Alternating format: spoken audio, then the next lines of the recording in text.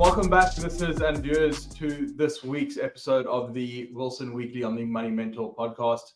We have some very interesting data this week on the back of some employment data, and it's a very strong lead-in to an interest rate discussion that'll be taking place shortly. Doc, I'm really looking forward to this week's data, so please kick it off for us. Yes, thanks very much, Chad. And certainly it is important data. It's one of the key measures that the Reserve Bank uses for economic health and also its implications for inflation. And that, of course, works its way together into what's going to happen with interest rate policy. So, yes, we've got the June results. It's the first of the data that comes out on a monthly basis, is that unemployment data. So shall we have a look and see what there is to see and perhaps discuss what it does mean for interest rates. So we'll bring the deck up. There it is in all its glory. And of course, the podcast today is brought to you by Infinity, as usual. Thank you to our friends at Infinity. And my particular enterprise is My Housing Market. And we're all about the current state and future prospects of your housing market. And this is, of course, to put together the clearest possible information in regard to what's happening in our housing markets, and we try to be first with the latest data, just to really help with those decisions for buyers and sellers in the marketplace. So let's get started.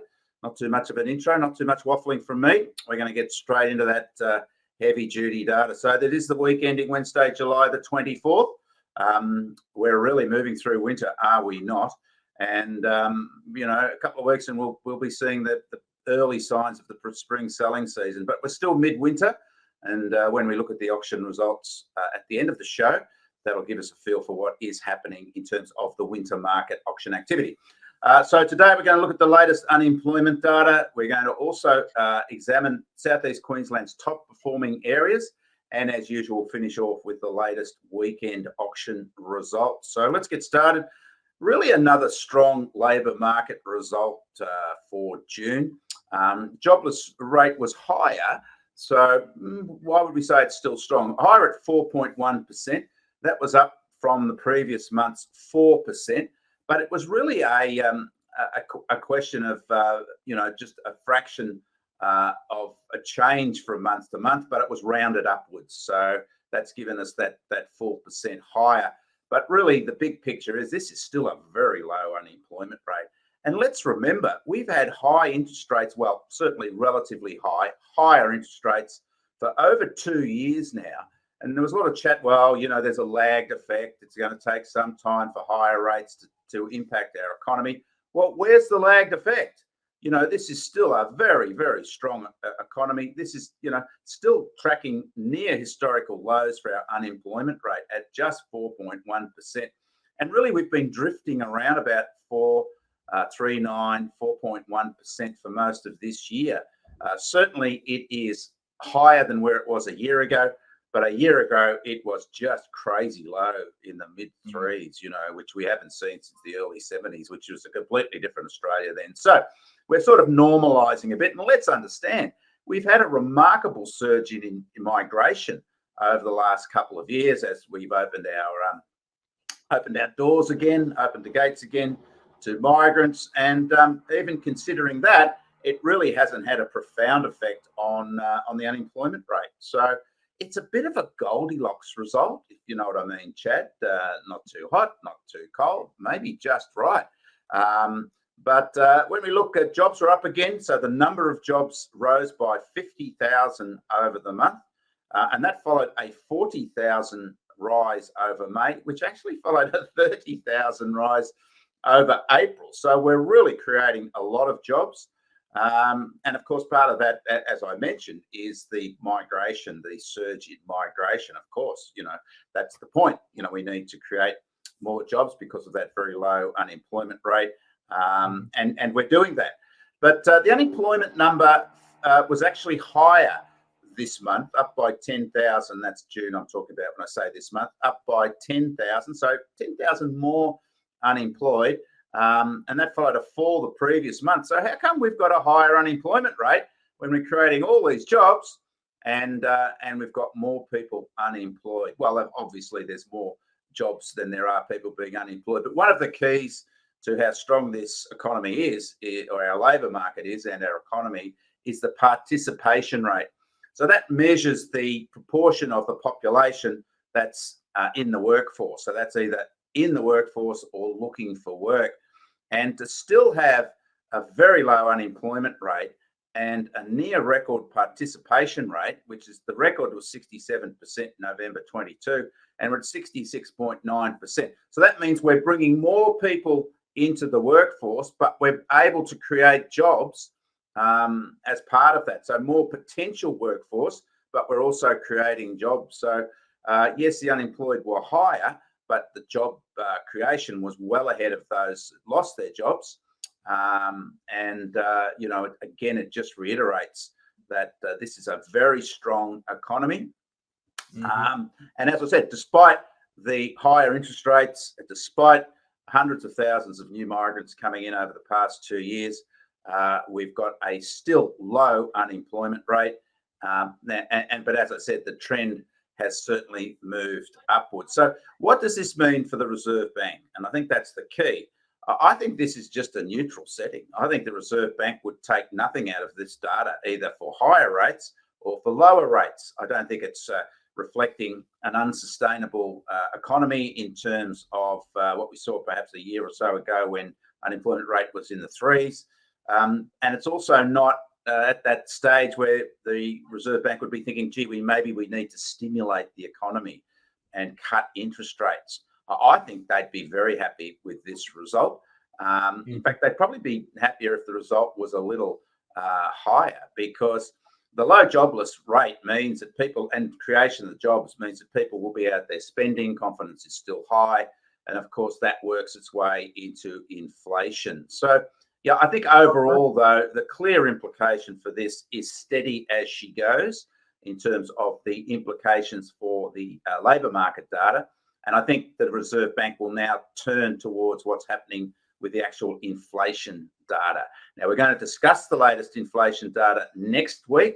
That'll be really exciting. So that'll be the monthly June results, and we'll also be getting just after that the June quarter results, which the Reserve Bank's already signaled that they're going to be looking very carefully at. So, but I think in terms of the latest unemployment data, really no implications for interest rates one way or the other. I think we're still on hold, and it will depend on the inflation data that we see coming through in terms of the, I guess, the decision making for the Reserve Bank.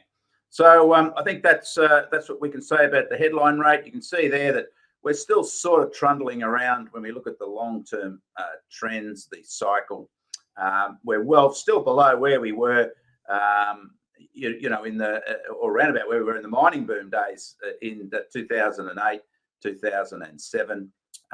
Very low, higher than where we were a year ago, but gee, not that much higher. And as I said, considering you know, higher rates and also a surge in migration, that's a pretty good result, that 4.1%. Just sort of finding a base now around about 4%, where we were looking at a base a year ago at around about 3.5%. So I think that's pretty fair news. And we just have to look back to where we were prior to COVID, and we were tracking in the fives quite consistently then. And now we're tracking in the low fours, you know. So a good result no matter which way you look at it in terms of the history of our unemployment rate, and particularly given, as I mentioned, the participation rate being so high, it means we're giving jobs to a much higher proportion of our population, nearly a record high proportion of our population that are in the workforce currently. So this is the headline results for our states. And we can see there that Western Australia is the lowest, with New South Wales and South Australia. So that's telling us, okay, well, and that's what we've seen consistently, is New South Wales and Western Australia particularly are the top performers on a state level in terms of unemployment. Now, Victoria, and there's been a lot of chat about how Victoria has been performing in terms of its economy, and this sort of validates the question marks over the performance of Victoria's economy. 4.5%. It is the highest of the major states. And when we look back to a year ago, we can see the difference over the past year on a state basis. New South Wales was just 3.1%, which was a record low than for the unemployment rate in New South Wales. And Western Australia was at 3.6%, so a little higher. But so that's the unemployment rate. So you think, well, that's clear. That tells us the top performers are, and the outside and the outliers of Victoria, the top performers New South Wales, South Australia, and Western Australia on those numbers. And you can still see it's in the threes everywhere except Victoria and Queensland. So, I mean, no doom and gloom here, please. But we've got a few extra data points that we can examine just to give us perhaps a better insight to the performance of the state economies in terms of the labour market. So this is jobs growth. So let's have a look at the annual rate of growth for jobs over the past year, obviously. And we can see there, Western Australia, okay, we know that's a strong market, that's a strong economy, lowest unemployment rate, highest jobs growth, and that is very, very strong, that 4.9%. But then we look at Victoria and New South Wales. New South Wales has had a very strong unemployment rate, second lowest unemployment rate, consistently amongst the lowest. And yet it's only had a 2% increase in jobs. So it's behind everyone except South Australia, which has really got us scratching our heads because they've actually lost jobs over the past year. So, that's been a strong market also, that Adelaide market. But when we look a little bit deeper into the data, not just the unemployment rate, we can see, things aren't quite as strong reflecting the unemployment data. But Victoria is creating more jobs than New South Wales at the moment, and Queensland just behind, some way behind Western Australia. But no surprise, that's a strong migration state that it's creating strong jobs growth. So I guess, again, it's providing a bit of a conflict with that unemployment data when we look at jobs growth over the past year. So Victoria actually not that bad and better than New South Wales. Now, also the participation rate, which we've discussed today already nationally, let's have a look at the participation rate. So this shows you the proportion of the workforce, and that workforce is either people in jobs or looking for work, all right?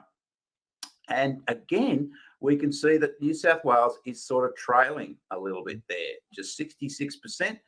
Victoria well ahead of New South Wales, 67.8%. And again, no surprise that Western Australia right up there leading in all the factors: jobs growth, participation rate, and unemployment rate. So we don't have to argue about the strength of Western Australia. But again, we're seeing some signs that Victorian economy really isn't as bad, perhaps, as that unemployment rate is revealing. It had quite strong jobs growth over the past year, and it's also got quite a high participation rate. In fact, it's the second highest of all the major states. And again, a little bit of a query there on South Australia, with its participation rate now well below the other major capitals. And we're just starting to see some early signs that that Adelaide market maybe has passed its peak in terms of prices growth. So maybe this is some signs again that Adelaide economy is just starting to splutter a little bit, and that's impacting what's been a very, very strong period of growth in their local housing markets. So we'll have this validated again when we look at the latest auction results from the weekend, which did provide a couple of shocks, a big shock, and we'll look at that and we'll relate that again back to what's happening in South Australia. So I think that's interesting for us to examine how the states are going and maybe just not rely on the unemployment rate to determine, what performances are, relative performances are. So, like I said, New South Wales maybe not as strong as that unemployment rate reflects, and Victoria maybe not as weak as that unemployment rate reflects. But there's no doubt that the leader of the pack is Western Australia, and again, that's really why we see such a remarkable growth in Perth house prices and unit prices over the past year. Part of what's driving that is a very, very strong economy, and there are no ifs and buts about the Western Australia performance. So that's I think that's interesting to review the big picture in terms of the labour market for interest rates. I think steady as she goes, and as I said, to maybe reflect on that the unemployment rates aren't necessarily telling us the full story in terms of the strength of those state economies. Now, we know that, there was some positive data there again for Queensland in terms of the economic data, latest economic data, the labour market data. And we know that's been a remarkable boom market over the past 2 years, driven particularly by that wave of interstate migrants that came out of the COVID lockdown period into southeast Queensland and really pushed rents and prices through the roof, still growing strongly, those Queensland markets. So let's have a look and see.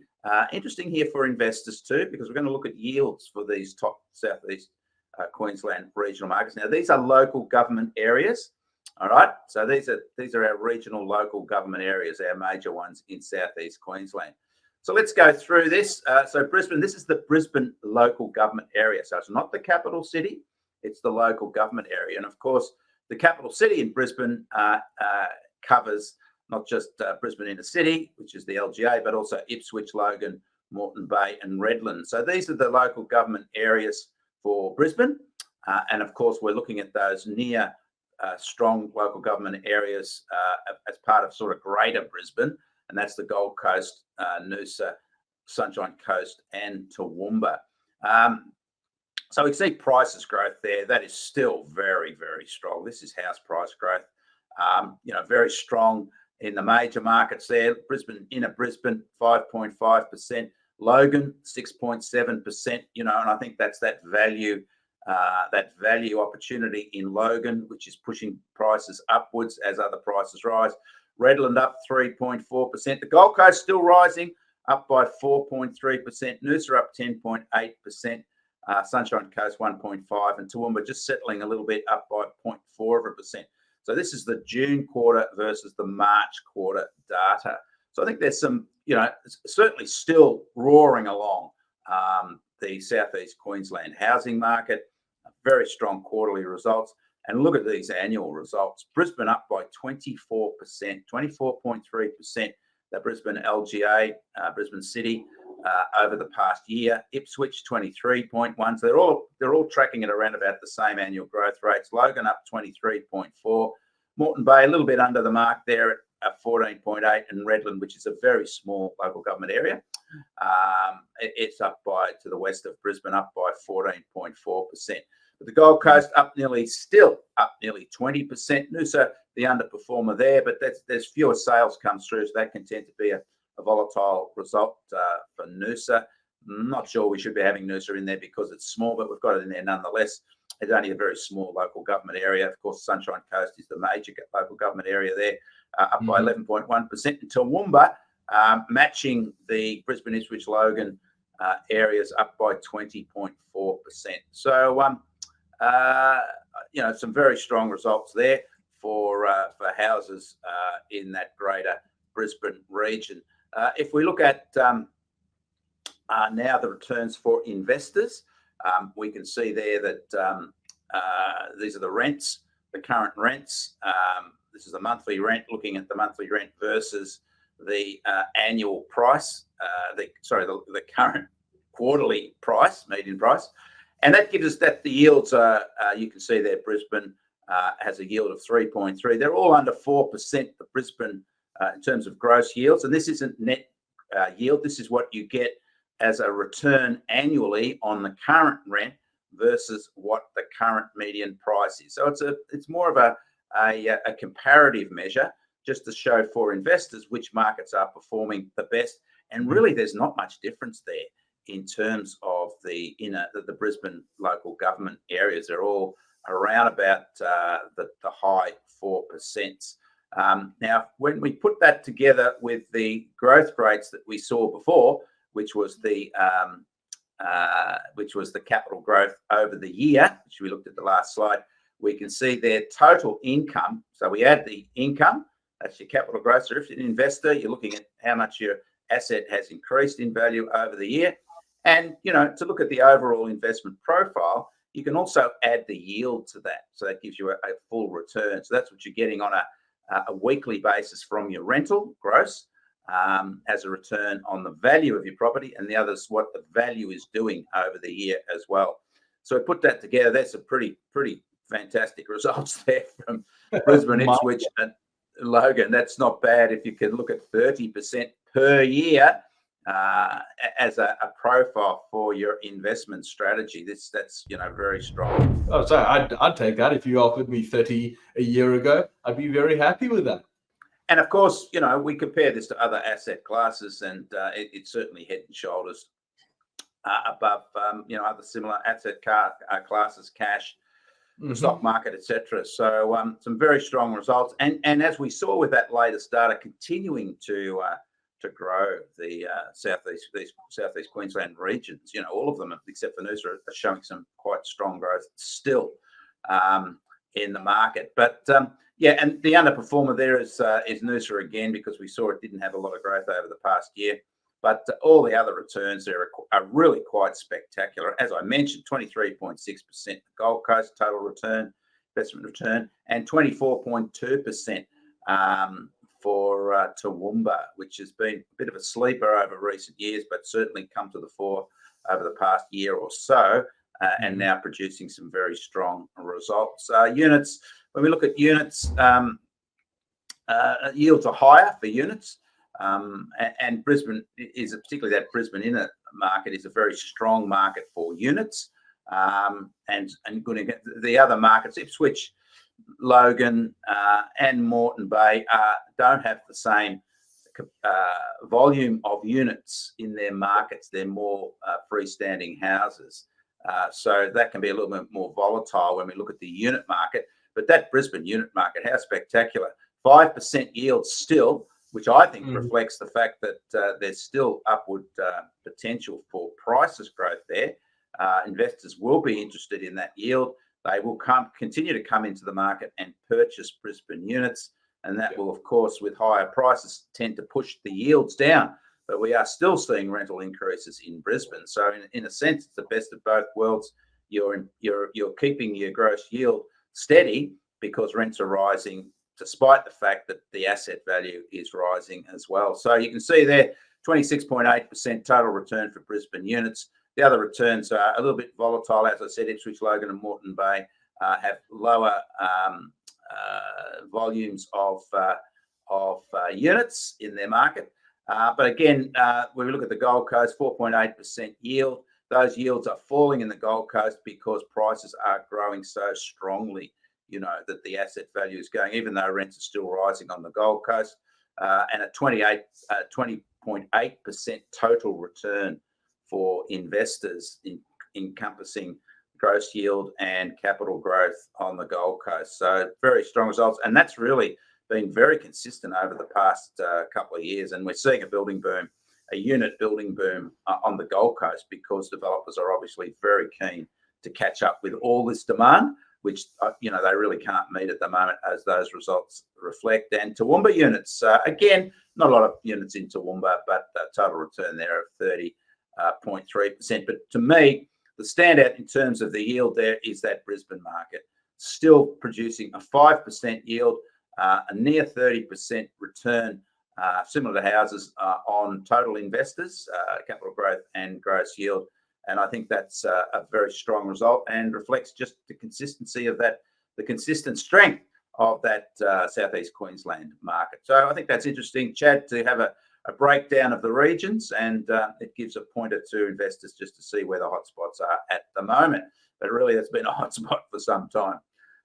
So let's have a look, finish off with the latest weekend auction results. Bit of a mixed bag now. We've come to the end of the school holiday period. We had Adelaide, Canberra and Sydney school holidays. New South Wales, South Australia, ACT finished last week. So they're back to normal now. So it's been a bit up and down because we've had this lengthy period of school holidays. It is also the winter market, where we typically see fewer buyers active, because a lot of the buying and selling occurs during the autumn selling season. That's behind us. So we expect to see lower numbers of buyers this time of the year. That's the winter market for you. And we also see a much higher proportion of lower and mid-price properties in the marketplace, because we see a much lower proportion of prestige property in the marketplace through winter, because typically they have the resources to be on holidays too and avoid the cold weather. Good luck to you. But it's interesting that even though seller buyer activity is waning as we expect. Seller activity is still quite strong for this time of the year, so that's sort of holding up. But yeah, a bit of a mixed bag in results for results over the weekend, but we are well and truly in the beginning, the middle of the winter selling season. That'll go now for another 2 or 3 weeks, maybe 4 weeks, until we start seeing activity from buyers in late August, which is the sign that the spring selling season has commenced. So let's have a look at those weekend results. More auctions in Sydney as school holidays coming to an end. 621 versus 581, still higher than where they were a year ago. Clearance rate in Sydney still holding above 70%. It's been very consistent. A little bit still above 70% and lower than where it was a year ago, but not that much lower, considering that was a strong market a year ago, and considering we've got still, a quite an unusual choice, a number of choices for properties for this time of the year, 621 auctions.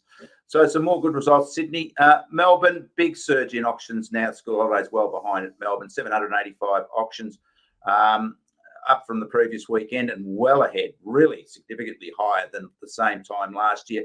But the clearance rate down in Melbourne, really.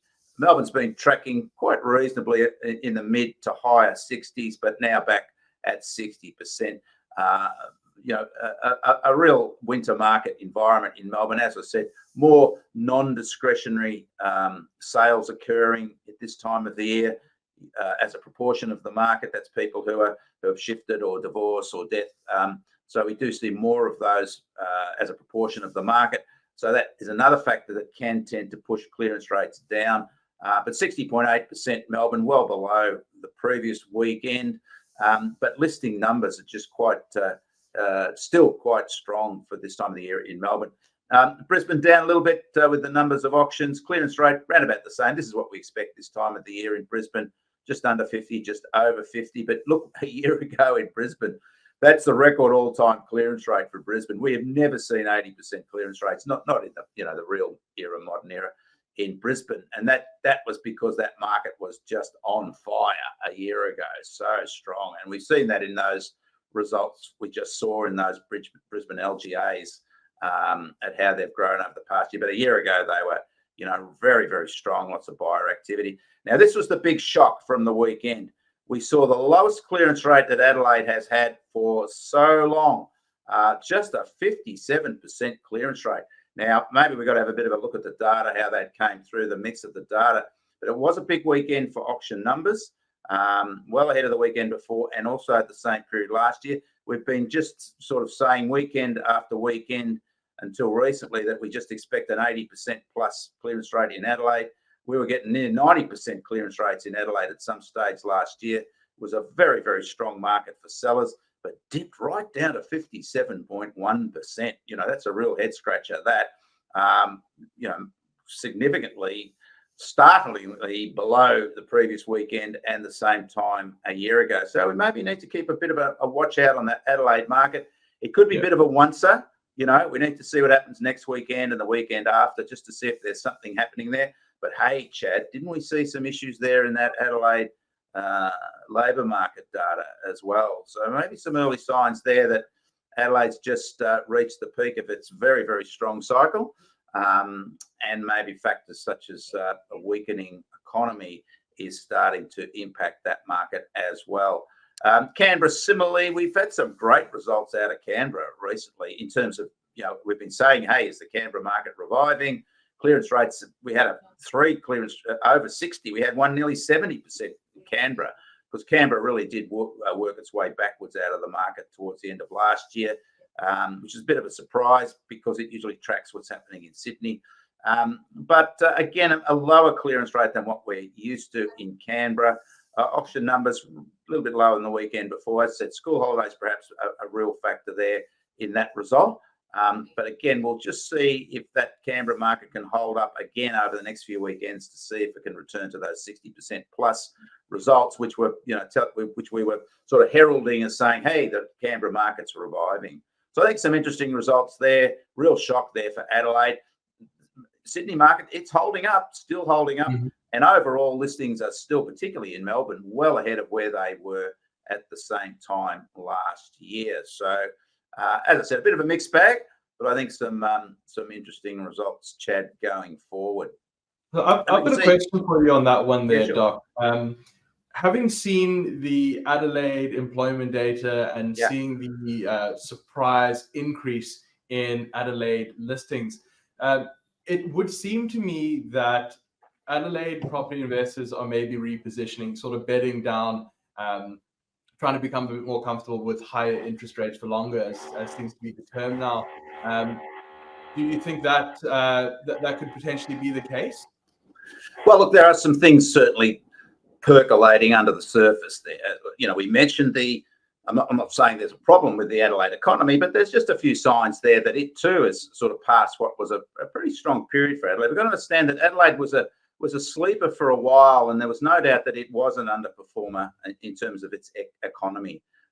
It did pick up and has improved, but maybe some signs there, even though its unemployment rate is still quite low, that other factors such as jobs growth, which was negative over the past year, and also the participation rate, which was sort of lower, that's maybe, it's moved past its strong economic period.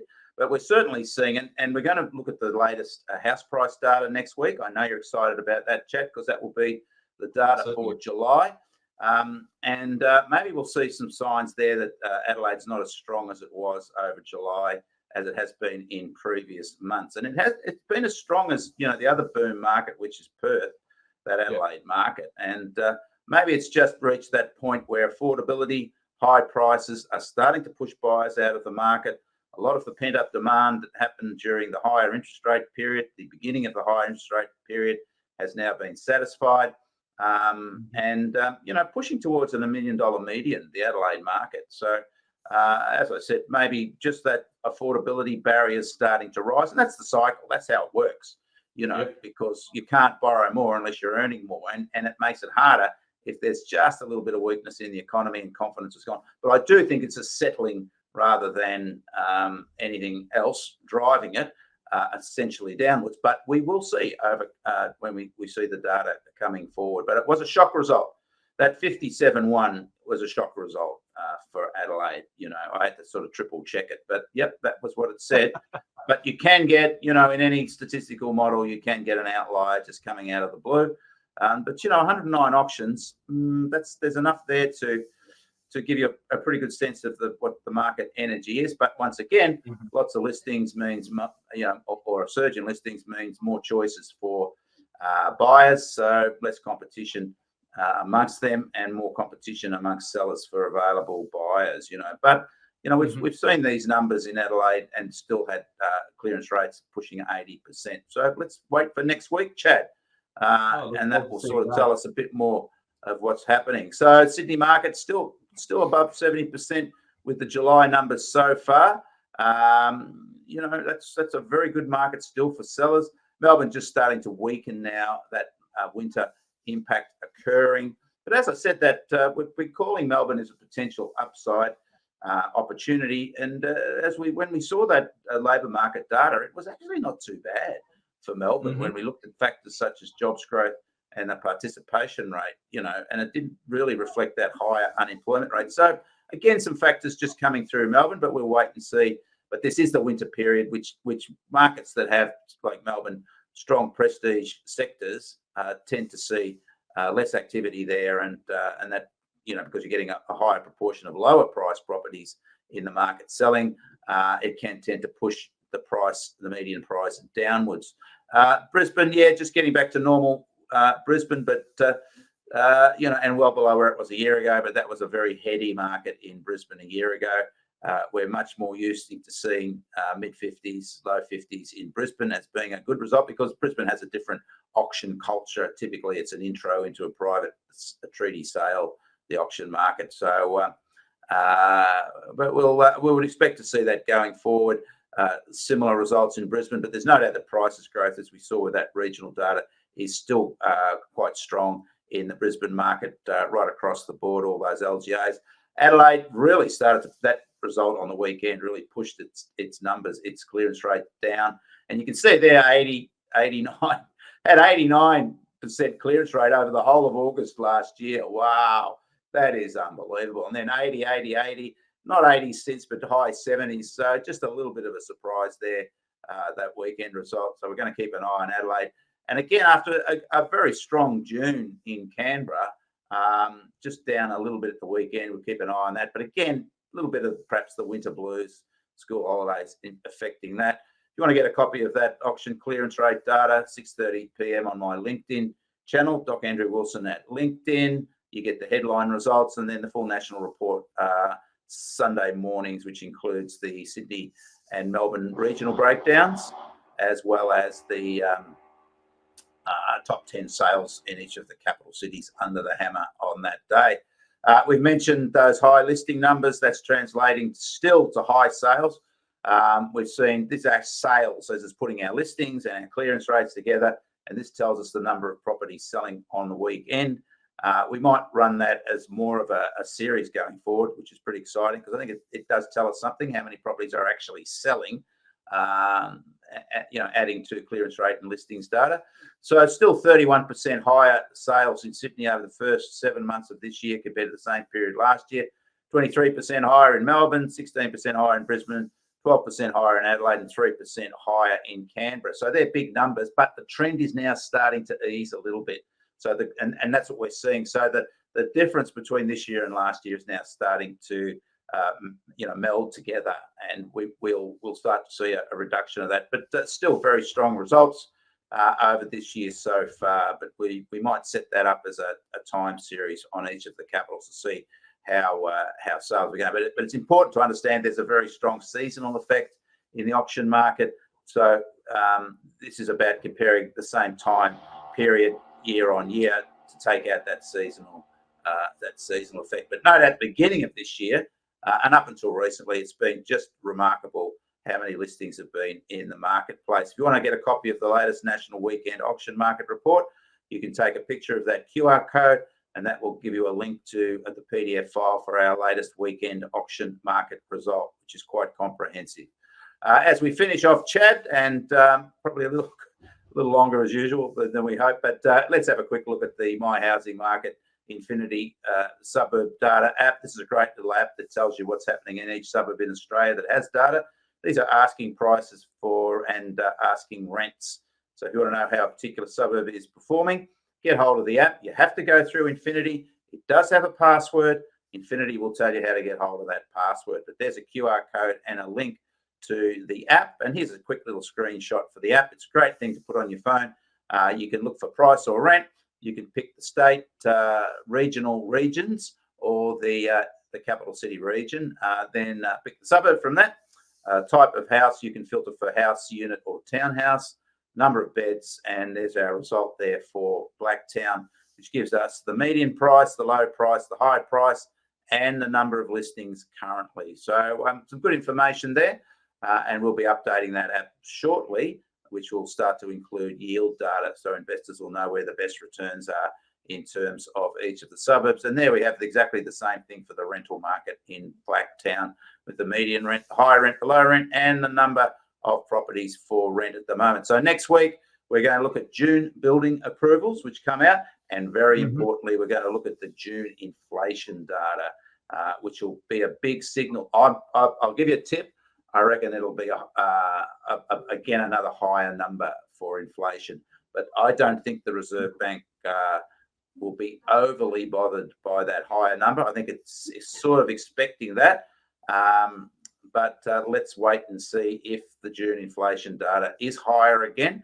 And the reason we've been saying that is because we're still not seeing an easing in oil prices, which is very important for inflation, petrol prices, compared to the same period last year. But, we still have to wait for the data. And, of course, we're going to look at the latest weekend auction results and see if any of those surprises we had on the weekend will give us another sense of the trend in our housing market. So that's our report. Take a picture of it. You get the full report today, all the slides. But I'm sure you've recorded the commentary and the video, which is chock full of information as usual, help you make your decisions if you're a buyer or a seller in our property markets, or just understand what's happening in your market for your own interests. So that's it. Good on you, Chad. It's been a great week again for information. Hope we've given some good insights there to our listeners and viewers. I think we have, but it doesn't ever stop, and we'll be back next week with lots more information. Fantastic. Doc, thank you very much. Thank you for the delivery of that awesome data. I'm really looking forward to next week's data set. That inflation data, I think, is going to come off hot off the press. Really looking forward to that. It's going to be a great lead into some RBA rate decisions. That's right. And maybe some difficult times ahead for the RBA if we do get another higher inflation rate, because the annual inflation rate has been rising over recent months. So that's the monthly data. But the Reserve Bank's been saying, hey, we're going to watch for the quarterly data. I'm not sure if that's a cop-out, but nonetheless, it'll put them under pressure, that June data. But we will get the June quarter data released, not just shortly after that. So let's wait for that one, Chad. So you have a good week, Chad, and I look forward to chatting with you again next week. Fantastic. Thank you, Doc. Same time, same place next week. See you then. See ya.